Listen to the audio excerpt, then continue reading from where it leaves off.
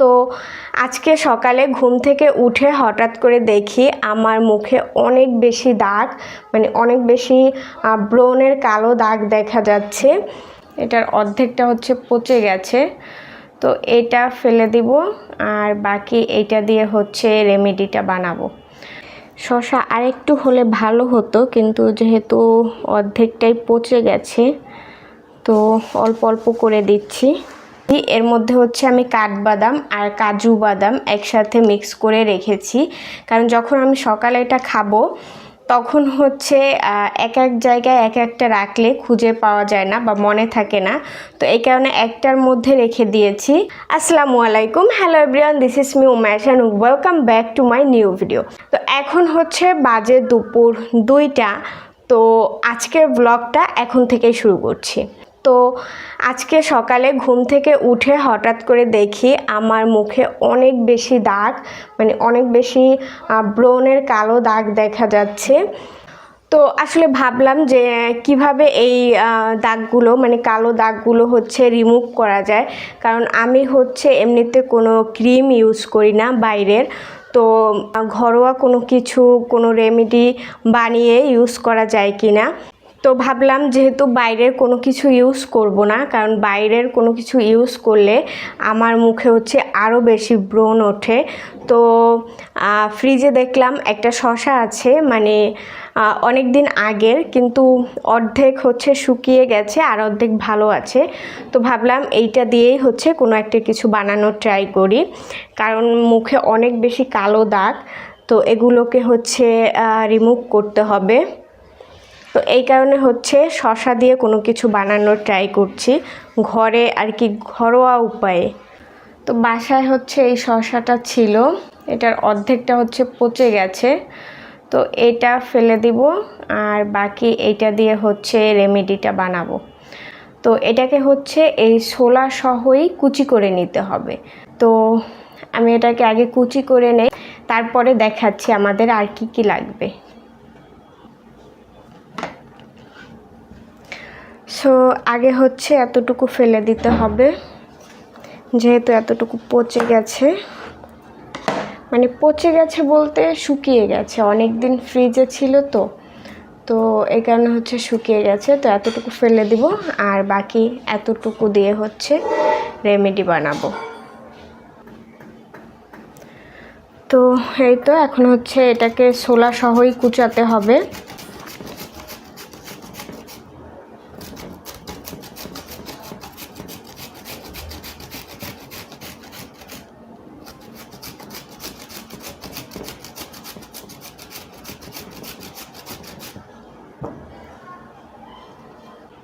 এইভাবে হচ্ছে কুচাতে হবে একদম চিকন চিকন করে। সো আমার শসাটা হচ্ছে কুচানো শেষ, এই যে এতটুকু হচ্ছে ফেলে দেব, আর দরকার নেই। তো এইখানে এই যে এতগুলো শসা হয়েছে কুচানোর পরে, তো এইটা দিয়েই হচ্ছে আমি রেমেডিটা বানাবো।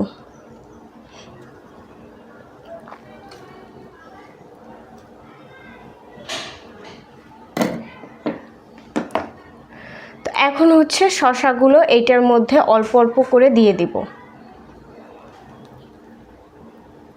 যে প্রত্যেকটার মধ্যে হচ্ছে একটু একটু করে দিয়ে দিব।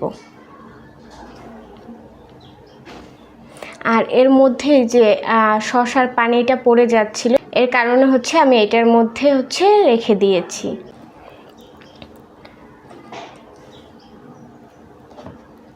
এই যে শসার পানি সহই হচ্ছে আমি এটার মধ্যে দিয়ে দিচ্ছি, কারণ আমাদের শসার পানিটাও দরকার হবে, এই কারণে হচ্ছে শসার পানি সহ আমি দিয়ে দিচ্ছি।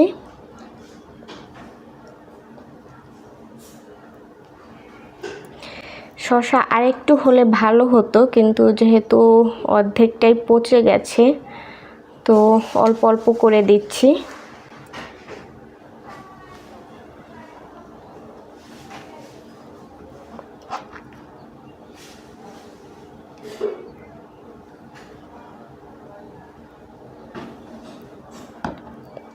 তো এখনো 2টা ফাঁকা আছে, দেখি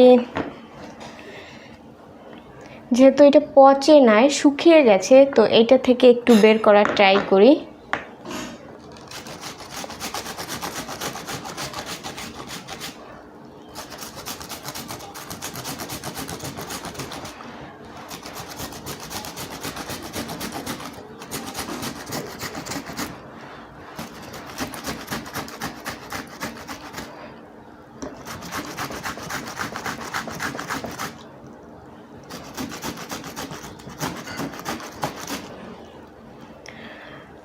তো যাই হোক, আর কুচানো যাচ্ছে না, তো এতটুকু বের হয়েছে, এইটুকুই হচ্ছে দিয়ে দেই।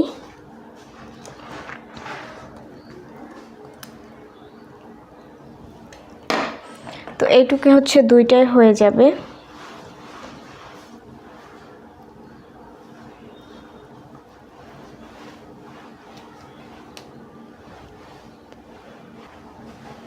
তো এই তো আমি সবগুলোর মধ্যে হচ্ছে শসাগুলোকে দিয়ে দিয়েছি। তো এখন হচ্ছে এর মধ্যে পরের জিনিসগুলো অ্যাড করব। তো এই রেমেডির জন্য আমাদের মধুর প্রয়োজন। তো এখন হচ্ছে আমি এই সবগুলোর মধ্যে এই মধু দিয়ে দিব। বেশি দেওয়ার দরকার নেই, অল্প অল্প করেই দিলেই হবে।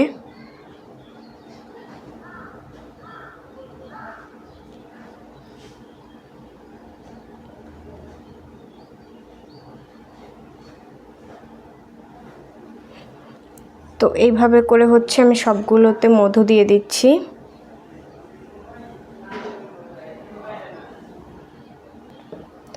তো আমার সবগুলোতে মধু দেয়া শেষ। এখন হচ্ছে শসা আর মধুগুলো হচ্ছে একটু ভালোভাবে মিক্স করে নিব হাত দিয়ে। তো এইভাবে হচ্ছে মিক্স করে নিব।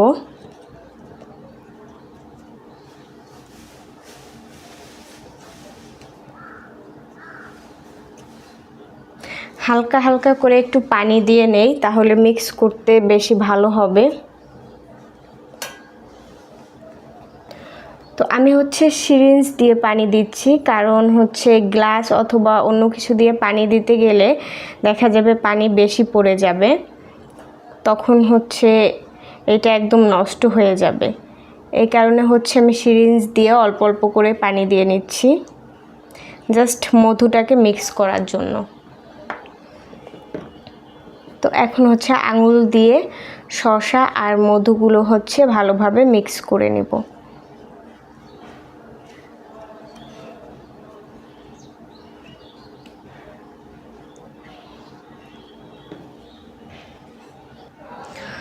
তো আমার সবগুলো মিক্স করা শেষ। এখন হচ্ছে এর মধ্যে আমি পানি দিয়ে দিব, একদম এগুলোকে ভরে তারপর হচ্ছে পানি দিয়ে দিব।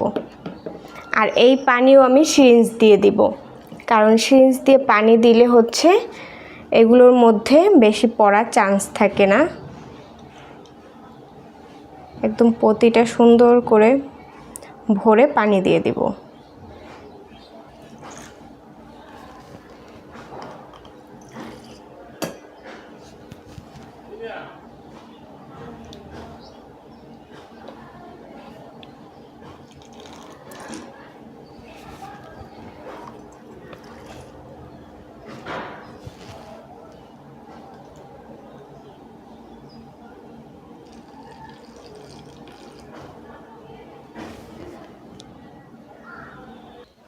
তো আমার সবগুলোতে হচ্ছে পানি দেওয়া শেষ। এখন হচ্ছে ঢাকনা দিয়ে তারপরে এটাকে ফ্রিজে রেখে দিব। 2 দিন পর্যন্ত ফ্রিজে রেখে দেওয়ার পরে হচ্ছে আমি এটাকে ইউজ করব। কারণ একদিন ফ্রিজে রাখার পরে, মানে ডিপ ফ্রিজে রাখার পরে যদি এটা ইউজ করতে যাই তাহলে হচ্ছে বরফটা খুব তাড়াতাড়ি গলে যাবে। আর যদি 2 দিন ফ্রিজে রাখার পর এটা ইউজ করি তাহলে হচ্ছে বরফটা একটু আস্তে আস্তে গলবে। তো এই কারণে হচ্ছে এটাকে এখন ডিপ ফ্রিজে 2 দিনের মতো রেখে দিব। এরপরে হচ্ছে এটাকে আমি ইউজ করব। তো এই হচ্ছে সে বাদাম, কালকে আর কি যেটা ভেজে রেখেছিলাম। কালকে ভেজে তারপরে হচ্ছে আমি একটা কৌটার মধ্যে রেখে দিয়েছিলাম। তো আজকে হচ্ছে এগুলোকে বেছে, মানে খোসাটাকে ছাড়িয়ে এরপরে হচ্ছে আমি একটা কৌটার মধ্যে রেখে দিব। দেন এগুলো হচ্ছে কাজু বাদাম, কাঠবাদামের সাথে আমি সকালে খাবো।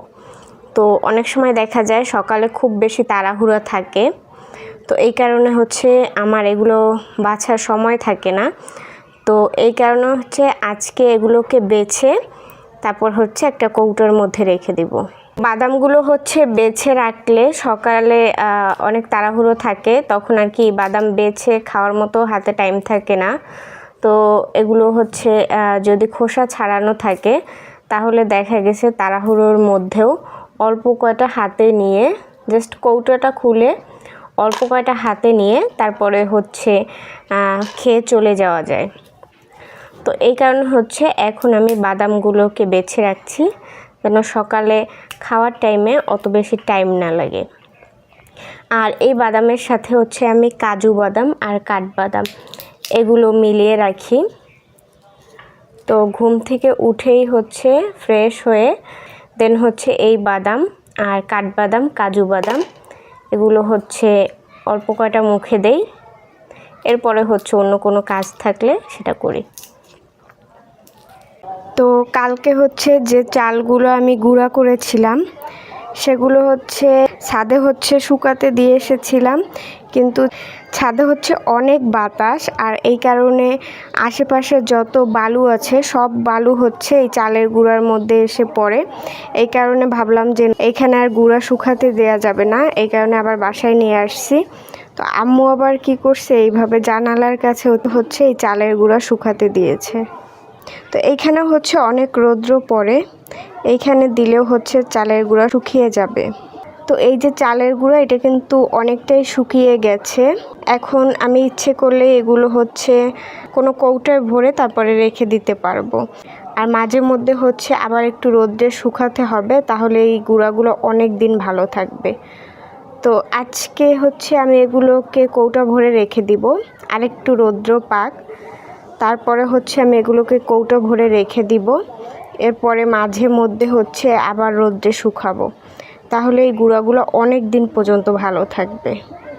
আর যে বাদামগুলো ছিলেছিলাম সেগুলো হচ্ছে আমি এভাবে কৌটো ভরে রেখে দিয়েছি, এই যে এভাবে হচ্ছে কৌটা ভরে রেখে দিয়েছি। এর মধ্যে হচ্ছে আমি কাঠবাদাম আর কাজু বাদাম একসাথে মিক্স করে রেখেছি, কারণ যখন আমি সকালে এটা খাবো তখন হচ্ছে এক এক জায়গায় এক একটা রাখলে খুঁজে পাওয়া যায় না বা মনে থাকে না। তো এই কারণে একটার মধ্যে রেখে দিয়েছি যাতে হচ্ছে আমি খুব সহজে খুঁজে পাই। আর সকালে হচ্ছে অনেক তাড়াহুড়োর মধ্যে থাকি, তো এক জায়গায় থাকলে হচ্ছে এটা খুঁজে বের করতে ইজি হয় আর তাড়াতাড়ি খেয়ে হচ্ছে আমি কাজে চলে যেতে পারি। তো এইখানে হচ্ছে কাঠবাদাম আর কাজু বাদাম এগুলো একসাথে রেখেছি। আর এই কৌটার মধ্যে হচ্ছে আমি শুধু বাদামগুলোকে রেখেছি, মানে যেগুলোকে আমি ছুলে রেখেছিলাম।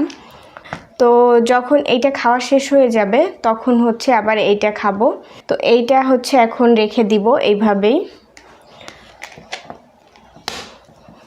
তো এই